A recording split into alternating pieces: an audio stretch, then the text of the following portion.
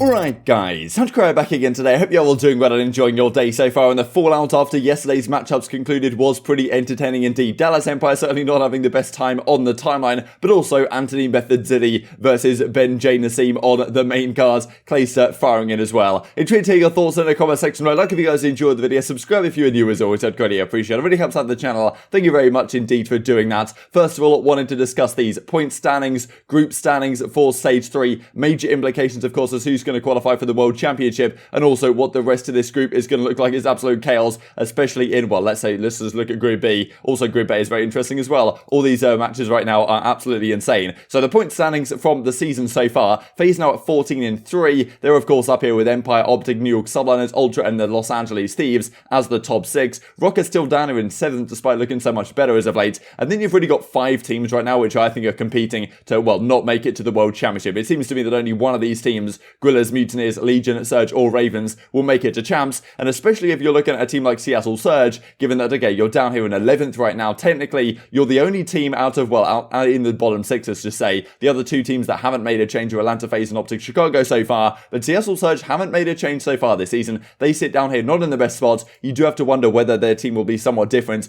for their matchups later on. We'll talk about exactly what the matchups are for next week right at the end of the video, but yeah, that is certainly a question mark. You do have to wonder though with their team, they don't actually have a substitute signed. Who could they potentially get? Does the organisation actually want to splash out, because they certainly did not last year? Big questions, to be honest, and to be answered by the Seattle Surge guys. And then, well, these are the standings within the group right now. Toronto Ultra leading up Group A, and Group B is absolute chaos to me. I mean, so is Group A, very interestingly, right? Because Rokkr are down here at 0-1, and well, so are Atlanta FaZe in Group B, 0-1. Subliners, Thieves, and OpTic Chicago all heading up that group right now. Honestly, next week and the week after is going to be insane to determine how the seeding looks for major number 3. And well, also what was pretty incredible, I thought, from Clayster, just a couple of weeks' time, he is going to be 29, still leading it up. I mean, well, leading out the guys on the subliners to a victory last night against aBeZy and Simp, the guys that he's played with in the past. I mean, Arcitys as well won the World Championship with Loony United back in 2019, leading out the guys that he's played with for so many years. Incredible to see him still doing it at this age. Very impressive stuff. And let's talk briefly then about the Dallas Empire.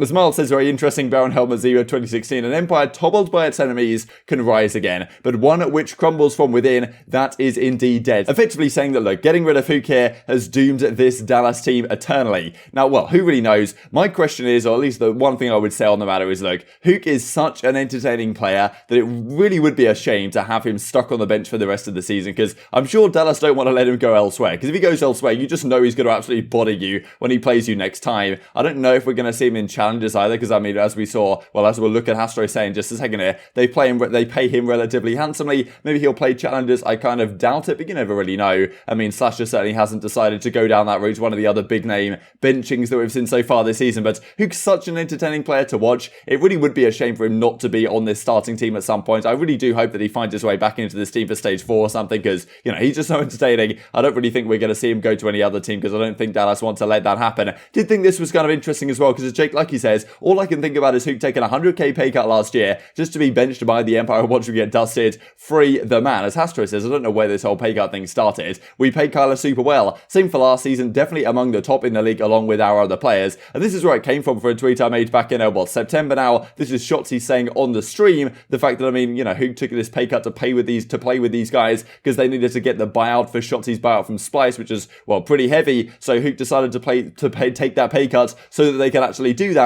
This obviously coming from one of Hastro's own players on stream a few months ago, but kind of an interesting thread, because just because he took that pay cut doesn't necessarily mean that, well, they don't pay him well, obviously. So kind of an interesting thread, I thought. And this was another interesting thread, really, in reply to the Dallas Empire. They did not have the best time. I mean, I'll kind of scroll through these replies real quick, but interesting to see, right, Dallas having this difficult of a time yesterday up against Ultra. Obviously, Ultra are playing a very good Call of Duty right now, and there were certainly a couple of maps in there that Dallas Empire could have won. But at the end of the day, I believe this was the second time the entire season they've been 3-0 swept. The first time, I'm pretty sure, was in the winners finals of the Stage 1 Major. They played Atlanta FaZe. They got 3-0 bodied in that series with Huke on the team, of course. But every other series they played, they didn't get 3-0 swept at all until now, when they get rid of Huke, and then they decide to bring in FeLo. And I don't want to, like, talk trash on FeLo or anything. He's a good player. He's a streaky player. Sometimes he turns up. Sometimes he doesn't have the greatest time of things. And it really didn't work out for them too much yesterday. We'll obviously have to give them time to improve. They play LAG, I believe, later this week. So maybe that's an opportunity for them to come back and make a good showing going here in the CDL, but it just seems to me that over time, I can't imagine that not having Huke on the team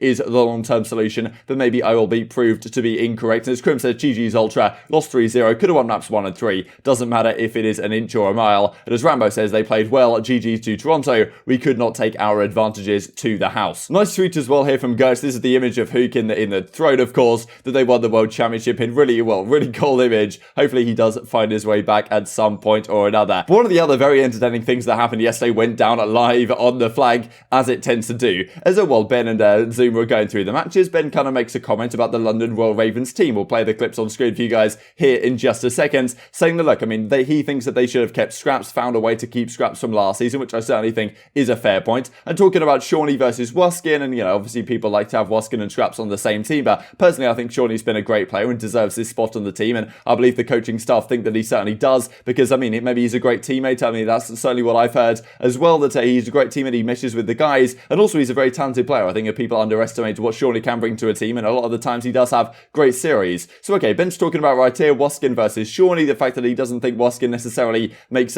plays on the map like other assault rifles do, and he also kind of, puts Methodz into the same bracket as Waskin in that sense. And, you know, calling out Methodz' playstyle, to be honest, to some degree. I mean, Ben isn't afraid of doing it, which you've got to respect the man for. So Methodz then says, at Waskins, we are chalked, man. Ben Nassim said, we are unable to make plays on the pro side of things. And then it was Tom Ryan who says, thought Zini was good, but I watched the flank now, and now I am not so sure. And some other, comments as well, because, Zini is about to go down, and the callie's about to join in and give Ben a piece of his mind. Ben versus Zini about to go down, who you'll got. And, this is well from Nameless, Ben versus Zin. So I'll play the clips for you guys initially when Ben kind of makes the comment, and then, maybe 30 minutes or so later when Zini joins the call, and then there's some discussion after that, and Clayser does chime in as well. Why do you think Shawnee's better than, why do you think so? My issue with Wusk is I think Brad's a great player, but I think just like Methodz, I think they are both very inactive ARs, and I think that puts your team in a very disadvantaged situation. But you said just like Methodz? Yeah, Methodz is a very similar player in that aspect. Oh, yeah, I'm throwing shades in. I don't care.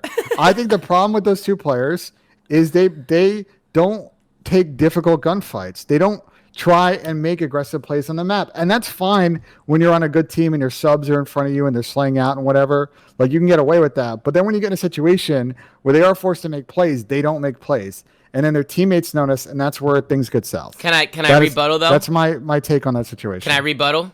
Yeah. Look at Insight. That guy doesn't move. It's a team. It all comes down. Inside makes plays, though, if you watch him. Yeah, but he doesn't. Dude, what are you saying? You saying Methodz and Waskin can't make plays? Is that what you're saying? I'm saying that they choose not to make. They choose not to take. Nah, Zinni. Okay, listen.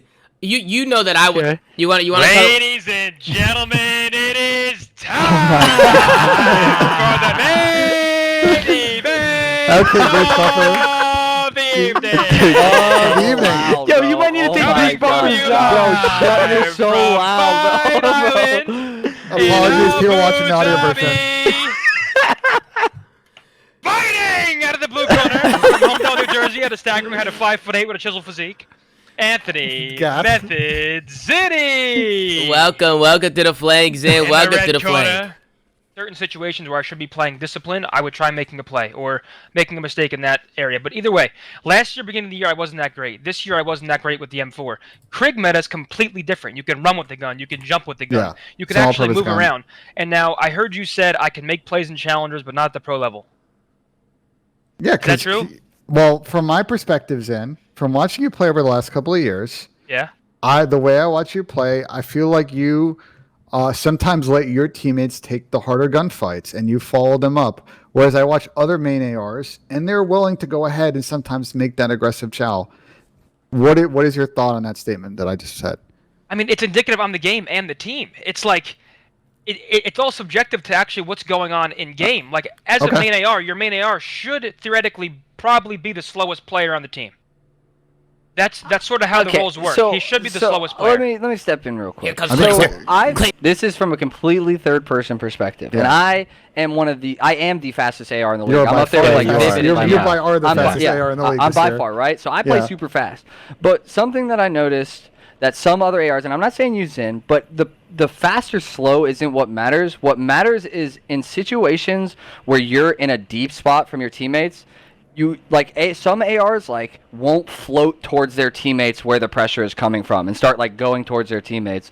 And I feel like you get stuck in that situation a lot where you're in the back and you don't start floating over, and then all your teammates die and people just see you sitting in the back and like, yeah. Few things before we end the video. I thought this was kind of cool because this is what Clayster, or this is what Maven was talking about on stream yesterday, that being Clayster's clip that he saw. So this is COD Mobile, and this is pretty remarkable, right? I mean, you know, China, this is some Chinese event right here, COD Mobile, and honestly kind of incredible what these guys are capable of. I don't know if this is like the future of esports or what, because I don't necessarily hope it is, but I mean, I hope this continues, right? Because this is really cool, to be honest, to see. I mean, look at this guy. He's lining up the wallbang spots, lays down on the floor here, gets the sniper, shoots through the wall, gets 2 kills on towards the bomb over here on firing range. This is a map that only used to be played in Search and Destroy way back in Black Ops 1. I'm not really sure it's the best one. But and then look at this grenade lineup he has. Up against the tree, aims at the spot in the sky, bounces off the tree right there, and then takes the guy down straight off the bomb. This is pretty incredible stuff. This is a premium content. And yeah, nade spots like this always, well, we don't really see them too much anymore. It's crazy that COD Mobile is just a better game than what we've been playing in the pro scene for the last several years. I wish, honestly, like a version of COD Mobile for, well, just consoles, right? Or, you know, for the PC in general would honestly be fantastic. I'm not saying we should necessarily play firing range, but, you know, wallbang lineups, nade spots like this is just awesome stuff to see. And this is kind of what Clayster is getting at. Lining up wallbang to nadespots.com.